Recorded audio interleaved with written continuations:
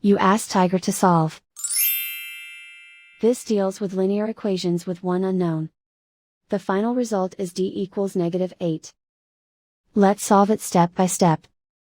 Group all constants on the right side of the equation. Subtract 6 from both sides. Simplify the arithmetic.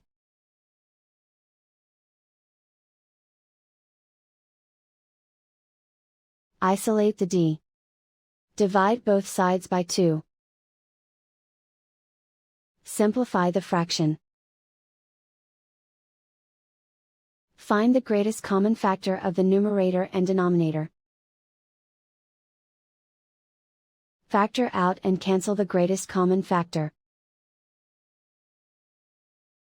And so the final result is d equals -8.